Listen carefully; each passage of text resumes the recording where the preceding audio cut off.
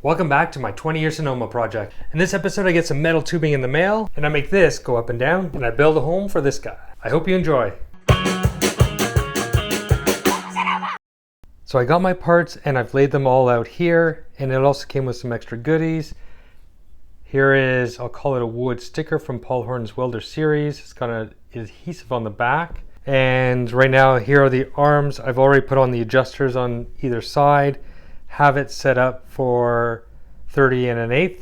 Everything looks good. It also came with some coloring books, so you can actually color up some cars, as well as some parts catalogs. And then the other pieces that I needed to order to make this all happen: urethane bushings with the metal inserts, and then some setup bushings.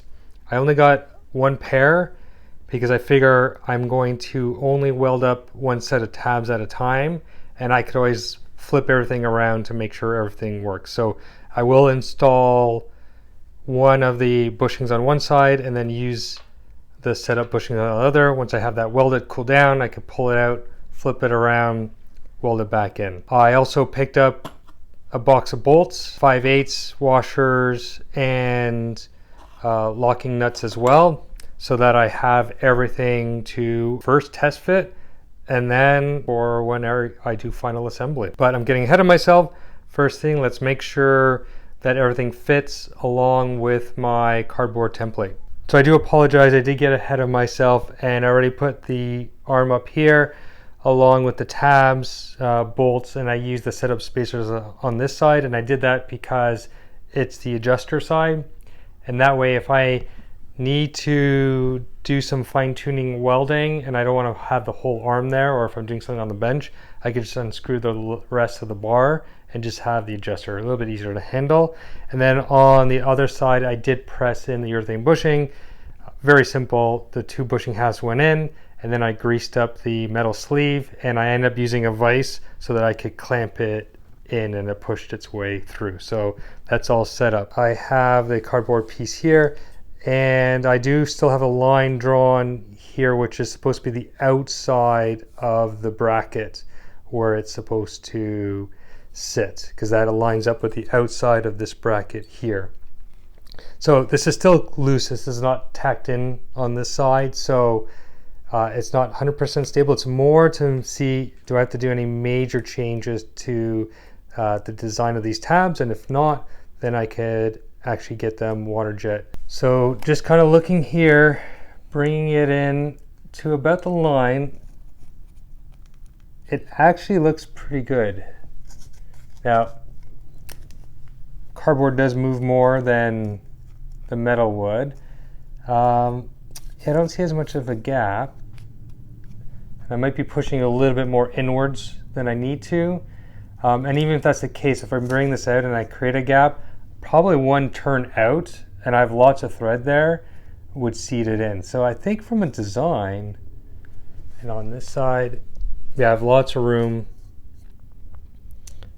I'm gonna say I'm good. I'm gonna quickly check the other side and make sure nothing's funky. And if that's good, then I will order these tabs to be cut. Now with a bit of water and some money, I magically turned cardboard into metal.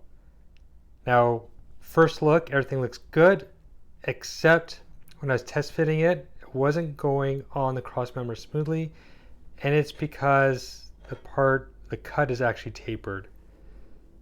I don't know if I'll get a good view of it there, but trust me, it's tapered. Even the bolt holes, the bolt starts to go through and then gets stuck. So the right thing to do is probably go back, get them to cut it again, but then that's also time. When I know it's a little bit more effort, but it is less effort than making this straight out of steel myself.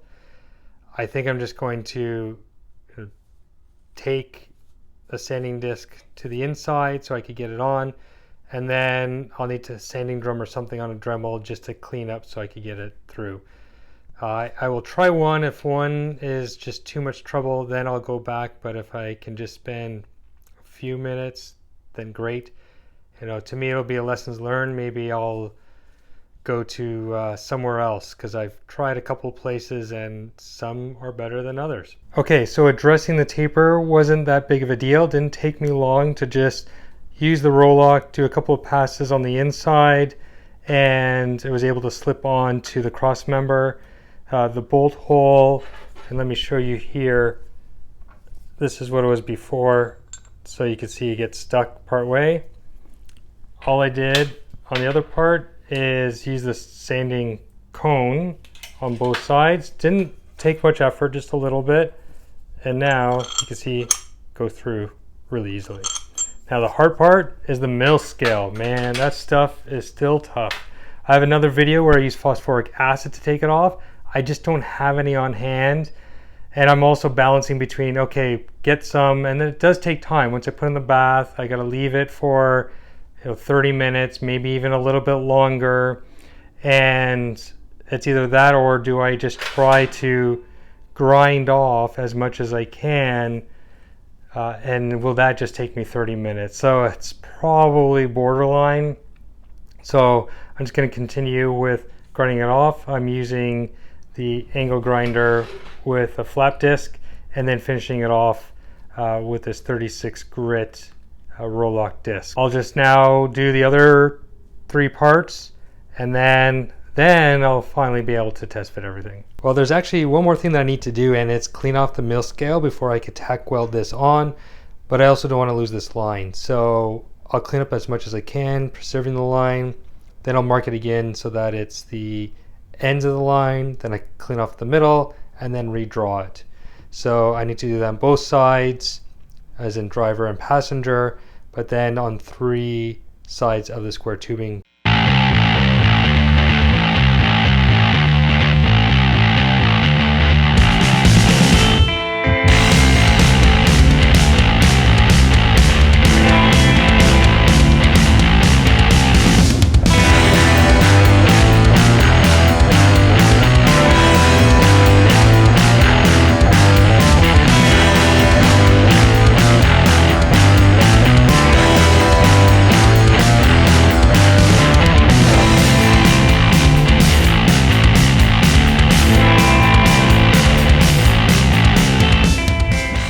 Next, I'm going to assemble the upper bars with the urethane bushings. I still have the other bar, which will have only one urethane bushing, and the other is the setup bushing. That setup bushing is for when I'm welding on the tabs fully. When I'm just tack welding this all together, I'm not worried about the urethane melting because it's just short bursts of heat. So I'll show you how I press them in, and then we can take it to the truck and get everything set up before I tack weld it. So you need the 2 sides. These actually go in pretty easy on these, and I may still pop them out before I paint, so I'm still kind of in a partial mock-up, half final assembly phase. The hard part is actually getting in the centerpiece. Now it goes in not too bad by hand, but next I'm going to take it to the vise to press it in. So before I put in the vise, I am going to take a little bit of grease just to lube up the steel cylinder. Don't need much. Most of it will get pushed out as I'm pressing it in, but it just reduces that friction between the metal cylinder and the urethane bushing. Now that I have that started, I will get it in.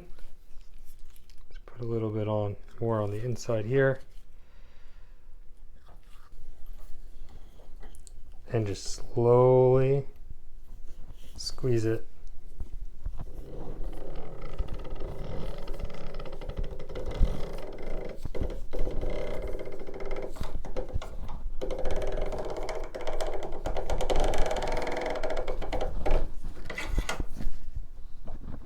There we have it.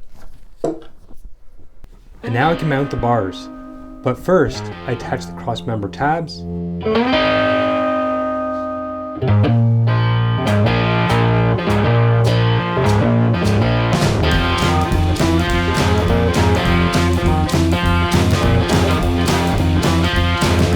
With it in place, I can now see how everything looks.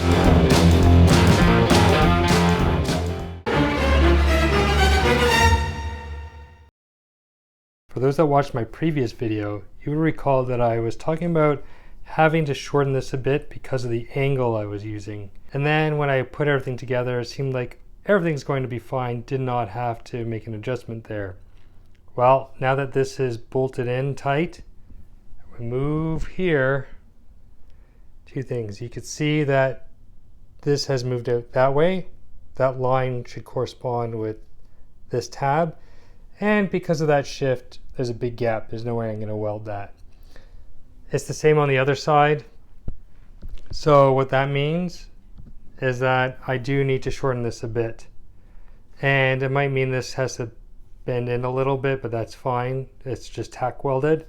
So I'm going to shorten this, fine tune it so that back on this side, it lines up with that and my gap is very minimal. I made a bit of adjustments. I actually lengthened this by half a turn and got in position. You could see it's along the line like it's supposed to be. There is more of a gap than I expected, but that's okay. I am confident that I'll be able to weld up that gap either with a TIG or a MIG. Now coming over here, you can see that this tab over here is off a bit.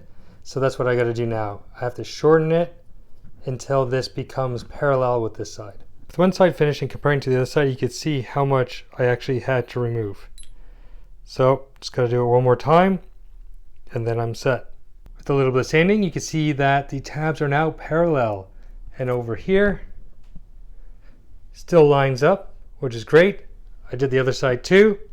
And honestly, this thing looks great. It's been in my mind for years. And now it is almost complete. So this is, I know it's not coming out, but I am so happy right now. This is amazing. So the next thing I'm going to do is going to use the MIG to do some tacks. Ideally, yes, use the TIG, but I just want to quickly get this tacked in. So probably do it on the edges, top and bottom, and maybe a couple of corners, and then same with the tab over there. And then I'm going to remove these things and then move it up. That way I could see as it travels up 5 inches, is it going to interfere there? Is there anything else? For those that are just joining, everything is set up at ride height. Ride height is 5 inches off the ground. 5 inches from the bottom of this frame. So what I want to do is raise the axle 5 inches to mimic that it's aired out. So I'll get on with that, get everything tacked in, cut off, and then figure out how I can raise this thing up by 5 inches.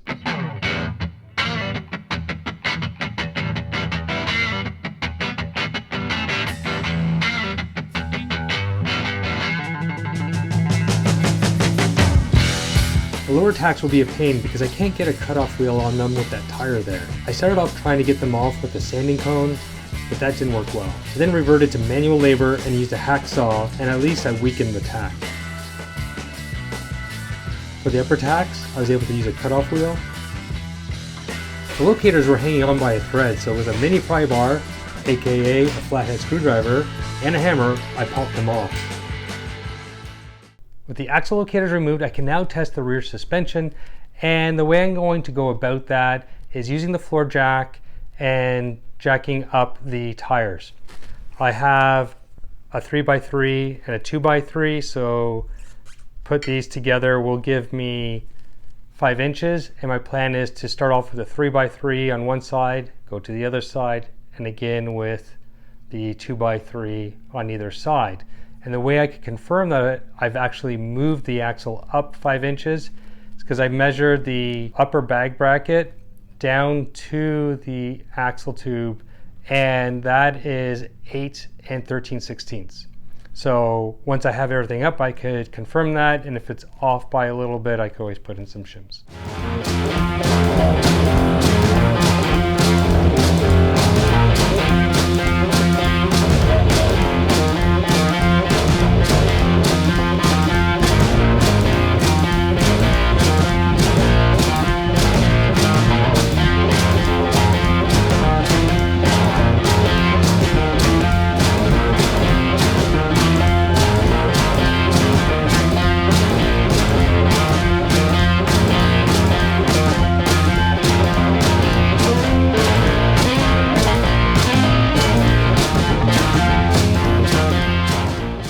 as you can see, my setup's a little different than what I was doing. So I carefully raised the axle using the floor jack to about what I thought was 5 inches, but I think the tires are compressing a bit, so it's not quite there. I'm about a ½ inch off. And it was a little sketchy because the wheels were turning a bit, so I had to reposition, try it again. So my thought, let's get the engine hoist, and I'm gonna bring it up the remaining amount. Looking here, but I have about just over a ½ inch of room left. Let me take you over here to the drive shaft.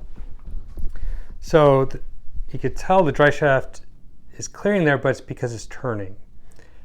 The drive shaft also has gone inside, which means the rear end is arcing. So as it's going up, it's moving towards the front, which is normal on this type of suspension. And I even saw that when I look at the bag mounts, if I go to the center line down, it's no longer at the center line or the highest point of the axle tube. So it has moved forward. So a couple of things. One, because the drive shaft's rotating, I want to rotate it so I can see if I can have interference there. I can't do that with the tires on the ground themselves. I need them to be freely able to move.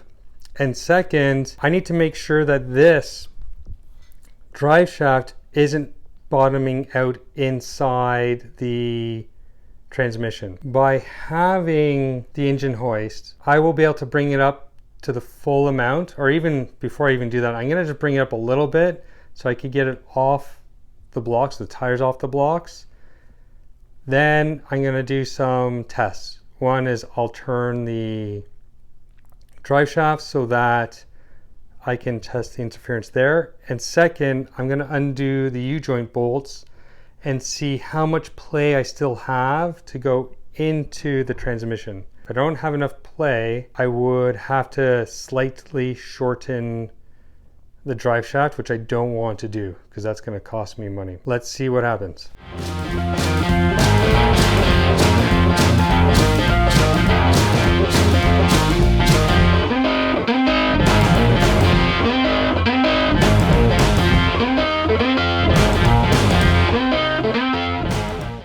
Okay, so I raise this up basically until it's hitting this temporary cross member. It is a little lower on that side because it was just coming up here first and starting to pull that side up. And when I measure, I'm close. I'm off by a 1/16, which is probably that gap that you see there.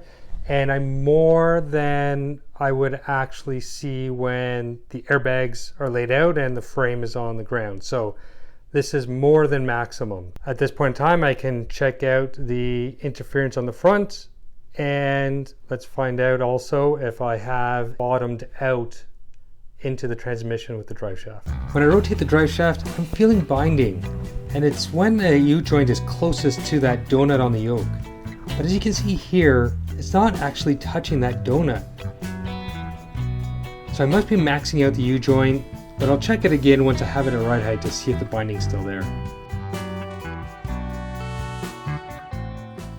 Let's see if I have some more play to bring the drive shaft into the transmission, making sure I didn't bottom out. So you can see I loosened off the U-joint bolts. I did it on both sides. And as long as I can pull it forward a little bit, then I know I haven't bottomed out, because this is the maximum. This is the closest this drive shaft's going to be. Actually, it's more than that because I am higher from a axle to frame perspective than I will be. Great, I have some play. This is perfect. Now I have to find out why I'm feeling a bit of binding on this end, even though the pieces aren't touching. I check it again at ride height, no binding, crisis averted. The drive shaft test fit done. Next, I want to work on tacking in the lower airbag mounts. And to do that, I need to get back at ride height. I need to put my axle locators back to get to ride height, but then I need to take them off because they were interfering with the airbags when I tried to do this in a few videos ago. So the way I quickly went about that is I got a flat piece, scrap 1/4 inch, laid it on top, brought the locator up so it's flush. There's still the tacks there, so that kind of helped me locate everything. I just have it clamped down. Did it on both sides. Now I can raise the axle until it's hitting the locators, and then I'll shim it underneath so that I know it's in the right position. So once I have it at right height, then I can take out the axle locators again, which is why I'm not welding them back in. Then I can mount the lower bag mount with the airbag, make sure it's center with the top mount, and then I can tack weld it in. With the axle at right height, I start to install the airbag. Then I realized it's gonna be a pain to clean out all that flash rust. So out comes the bag and in comes the wire brush. With that done, I install the bags and tack it all up.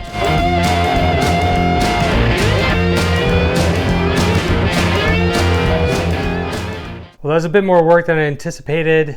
I had to go back to redo some things, as I mentioned, but everything is tack welded. I am so much closer to getting this rear suspension done than I have ever been. Well, obviously, but I finally got the lower bag mounts at least tacked in. The A-arms, or bars I should call them, are in. It moves up and down. Everything's great. There's one more piece I have to do, but I'll save it for the next video, which is the shocks. Airbags are basically springs. They are not shocks themselves. I need to get some hydraulic shocks. So next episode, I'll walk you through how I'm going to select shocks for my project. If you enjoyed the video, please like, subscribe, leave a comment. I'll see you next time.